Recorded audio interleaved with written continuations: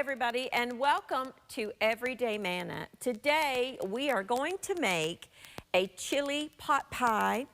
To go alongside that, we're going to have a roasted lime-flavored corn on the cob, some Yukon Gold roasted potatoes with lemon, and then for dessert, we're going to make some snickerdoodle cookies. So we're going to get started on the chili. Now, in this pan, I have just some very lean ground beef that I have browned. And I have broken it apart with what has become one of my favorite little tools, and that is this little meat separator apparatus. I love this thing. It really is very, very handy, and it's a hard plastic, so it's not going to scratch your pot or pan. Now, I am using an enamel-coated cast iron pan because I have it. If you don't have something that'll go in straight into the oven, you will need to transfer your dish, when you get the chili made, into an oven-proof baking dish because we are going to end up in the oven. I've got one green bell pepper that I'm going to dice and put in my chili. Now, I have lean ground beef, and I did not have a lot of fat. So what I did was I just took a paper towel and just, cleaned up any of the grease or sopped up any of the grease in there. Let me get my little seeds off. I'm just going to add the green pepper and then an onion to my meat mixture and let them start softening.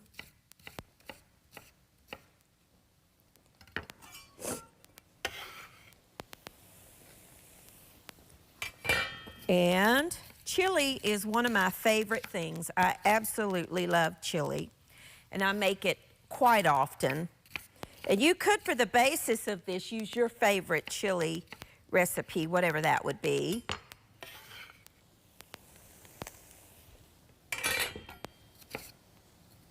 Just dicing up a green pepper if you have some already done.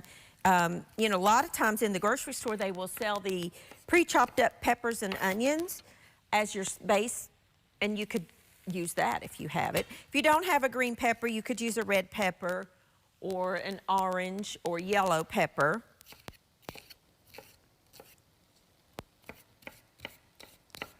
Alrighty, sharp knife.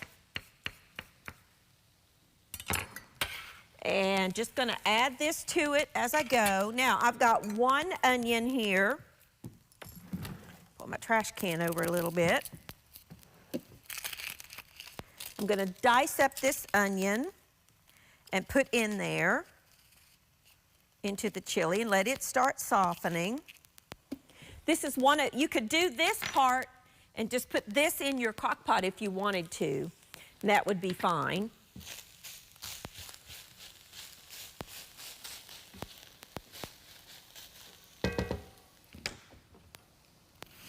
Okay, we're going to mince up an onion. You could use, now I'm using ground beef, but if you wanted to use ground turkey or ground chicken, you could do that, or even ground pork. Or you could actually use sausage. If you wanted to brown sausage, it would add a wonderful flavor to this. So you could mix it up however you want to do it. Add in my onion.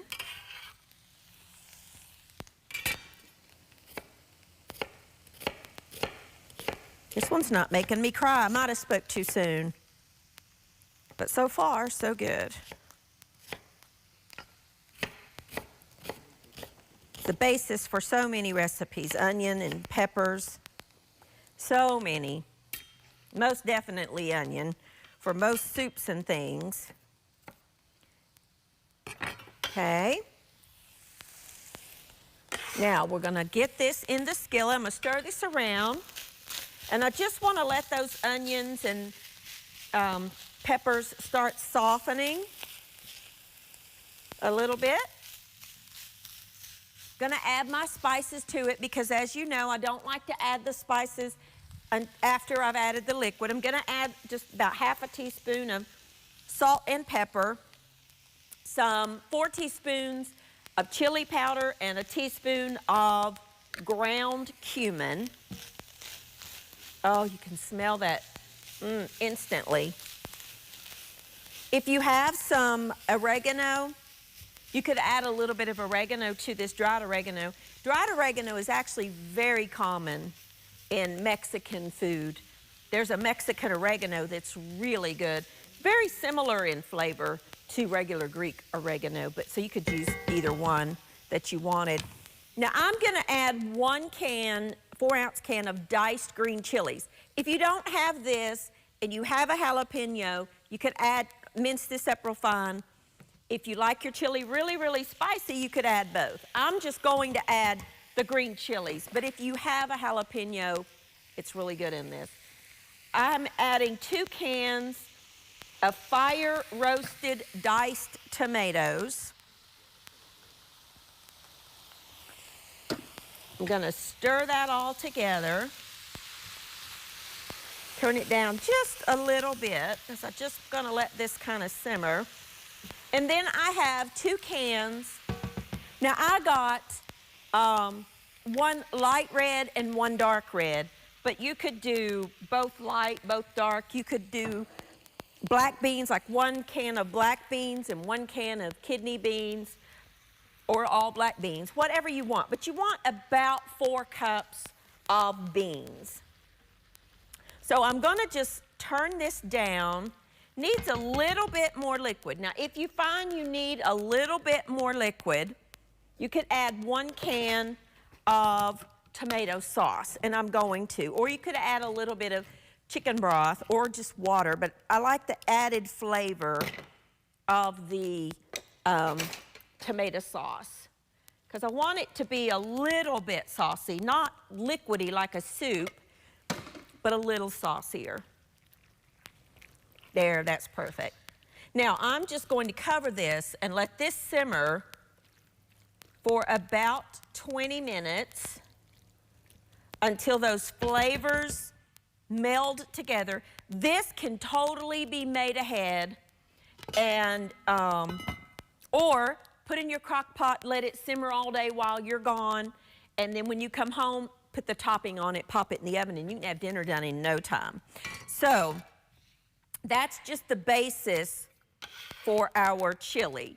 Now, while that's simmering, we are going to make some potatoes. Now, all I've done, I'm gonna go over here and drain these, because I peeled them ahead of time, because you've seen me peel potatoes a lot. So I've got about 2 pounds. I'm using Yukon Gold, but you could use whatever kind of potato that you have. I'm going to zest a couple of lemons and juice a couple of lemons right over my potatoes.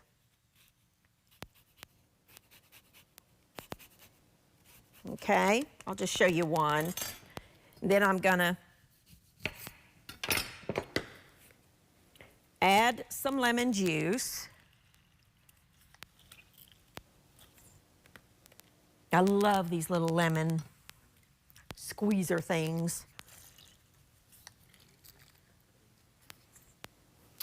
Then I'm gonna add some, I'm gonna do the other lemon, and I'm gonna add some olive oil or canola oil, a couple of tablespoons. Mix that all together, put it on a flat baking dish, pop it in a 425-degree oven for about 30 minutes till they're nice and golden and cooked all the way through. I'm gonna take a quick break, just get these in the oven. When I come back, we will get started on the corn and the cornbread topping. I'll be back in just a minute.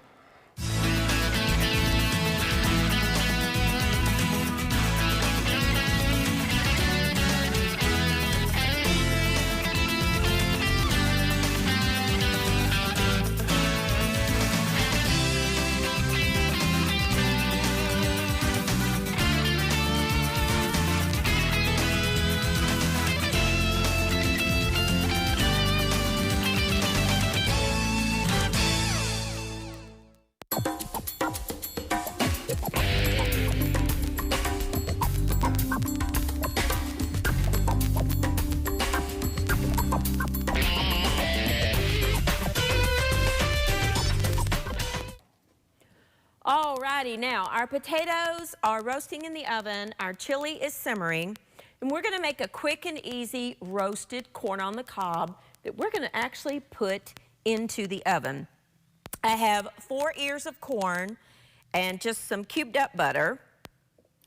I'm going to add a little bit of cayenne pepper for a little bit of heat. If you don't want the heat, you don't have to put that in. And a little bit of salt and pepper to your taste, whatever you like. I'm actually going to zest a lime. I'm actually going to zest a couple of limes. Now, that cayenne pepper is pretty strong. These happen to be key limes because that is all my store had. So they're very, very little. But if you get the regular Persian limes, you probably will only need maybe 1. But I'm going to do 2 because these are small. They're good, but they're small. You only want the green part of the lemon. You do not want to get that white pithy part. Okay, that looks good. All right, now let's put the zest in there. That has a lot of flavor. You can instantly smell that lime. Oh, it smells so good. Going to cut these in half, and I'm going to juice them using my same old juicer here into the butter and lime zest mixture. If you just, for whatever reason, don't like the taste of lime, you could do the same thing with lemon. But lime really does add a different kind of flavor. It's really good. And I like corn roasted in the oven. Of course, if it's barbecue season and you're outside and you want to put this on your grill, go right ahead. It would be delicious. I think that's plenty. Don't need that other one. Now, we're just going to kind of stir that together. Take a fork, and that is a tiny little fork that I'm not getting any leverage on. I don't know where that came from. Gonna get a better fork here. Just kind of mash the butter with that zest and so on. Now, I have 4 sheets of just nonstick aluminum foil. I'm gonna take 1 ear of corn, and you wanna kind of divide this mixture into 4 pieces. Just kind of plop that corn right on top. Roll it up. And just put it on a baking dish and repeat the process. You can either put it on the bottom. It doesn't matter. It's going to melt in the oven. Just make sure you do get a little bit of that juice and that zest with it. Of course, this recipe is very easily doubled or tripled, depending on how many people you are feeding. I love corn on the cob. Love it. And in the summertime, I like it a lot. I mean, I cook it on the grill, roast it in the oven. It's good just boiled in the, on the stove with just some butter. It's good. And that quick and that easy, you have a delicious corn on the cob that's flavored a little differently than just regular corn, and it goes great with any Mexican dish. So we're going to pop this in a 350-degree oven, about the same amount of time, 20, 25 minutes, until it's cooked through. It just, you don't have to be exact on that one. It's fine either way. Let me clean up my mess here, and we're going to get started on the topping for my chili. Now, the chili has been simmering away, so we're going to get started on the topping for it. Now, I have in this bowl some flour, all-purpose flour, some cornmeal. There's some salt and some ice water. Just going to stir that together. Okay. And I'm going to cut in some butter using my pastry cutter. Now, if you don't have a pastry cutter, you could use 2 2 forks or 2 knives, or your fingers even. Sometimes I like to get it started with the pastry cutter, and then I'll show you what you can do. If you don't have one of these little tools, which actually they're very, very handy to have, but if you don't have one, let me show you what you can do. Fingers, and just take in there into your mixture, and then just start smushing it in between your fingers, and then take your mixture and kind of rub it between your hands. And what happens is you end up with long pieces of butter, which is what you want. And that's going to just create just a pocket of deliciousness inside your cornmeal mixture. You just want to get the bigger pieces broken up. Okay? Now, you will need some ice water. I have just a cup with some ice and water. I'm going to start with 4 tablespoons.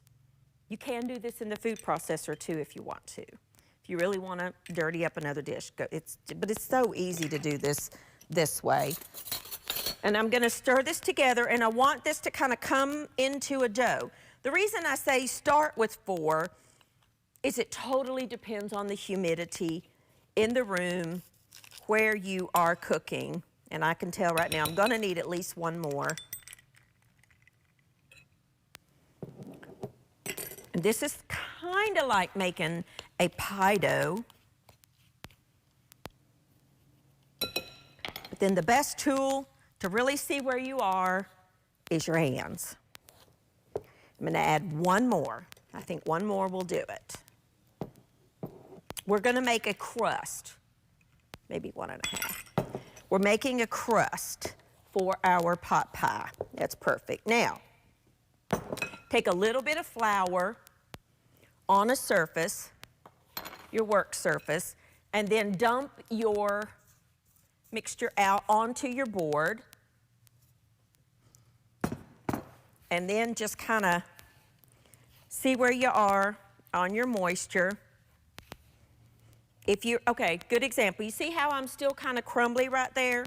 I'm going to add 1 more tablespoon. It's really dry in here today. So there's just not a lot of moisture in the air, so I'm going to need to add a little more. It really does depend on how much moisture is in your area. And I think that's going to be good. Okay? Now, what you're going to want to do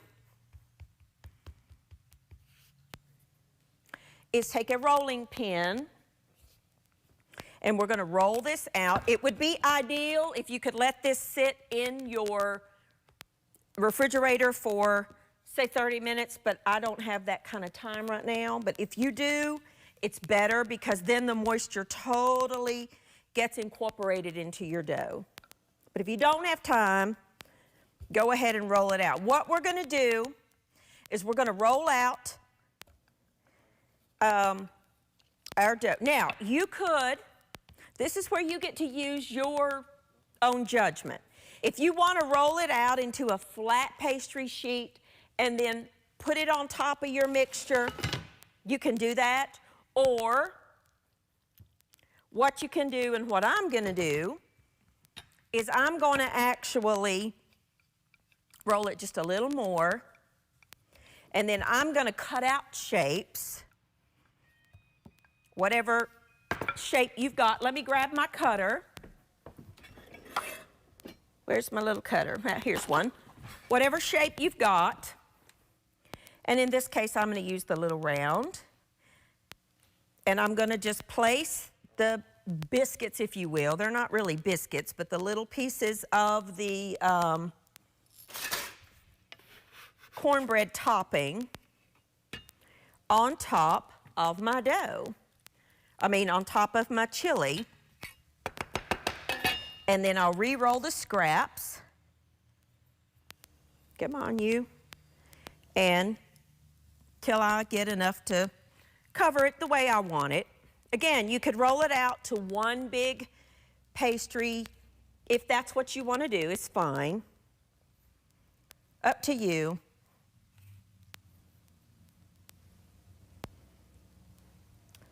And then you're going to pop this in a 425 degree oven for about 20 or 25 minutes. This one didn't want to stick together. So I'm going to take the scraps. I'm going to re-roll. All I'm going to do is the very same thing and then cut out a couple more, place in the center, and pop this in the oven for about 25 minutes. I'm going to clean up my mess, get this in the oven, and when I come back, we're going to make some snickerdoodles. I'll be back in just a minute.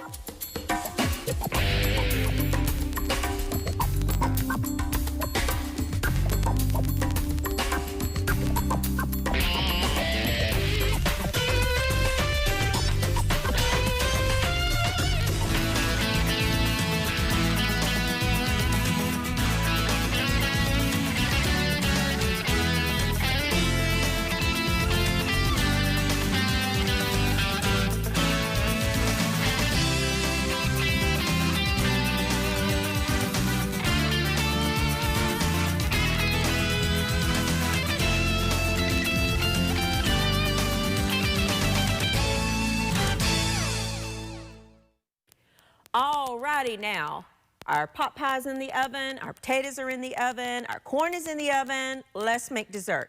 Now in this bowl, I have a cup of butter, and I'm gonna start creaming it with 2 cups of sugar.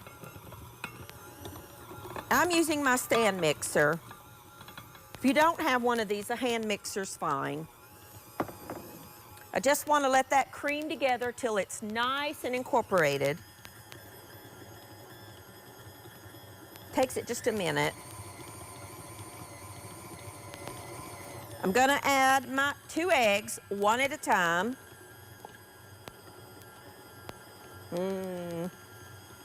These are snickerdoodle cookies. Okay. Now, in this bowl, I have some all-purpose flour.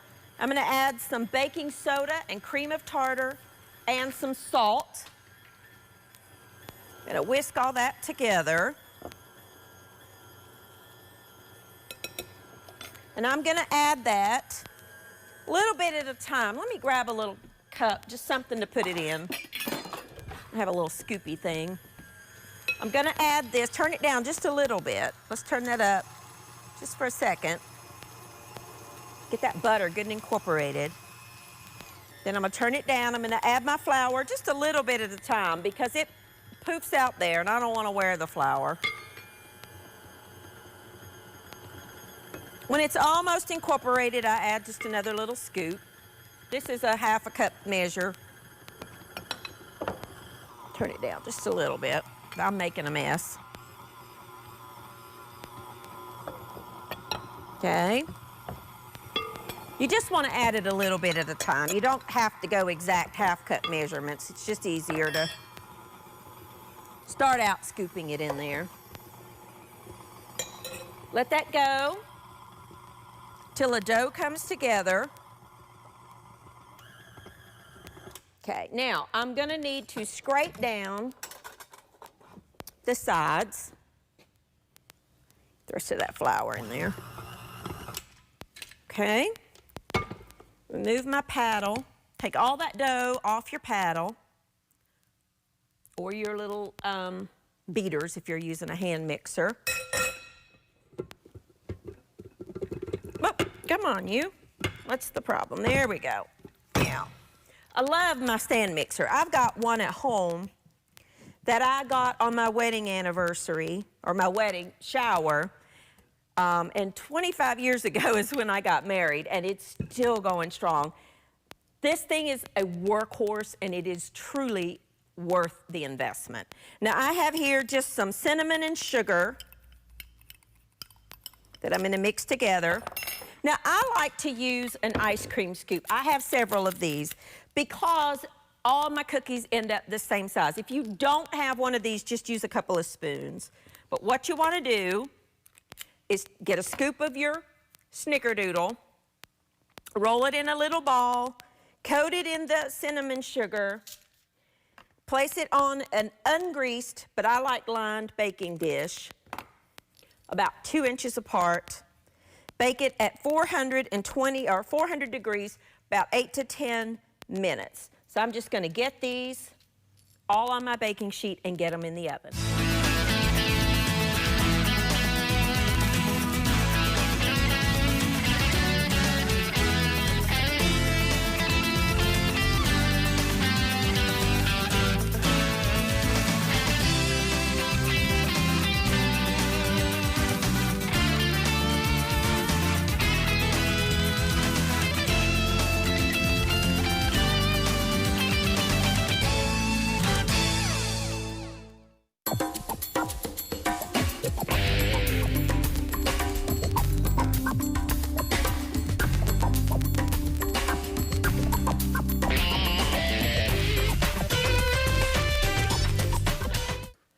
Alrighty, now everything is done. I was just taking the snickerdoodles off of the tray. I let them cool on the tray for just about a minute.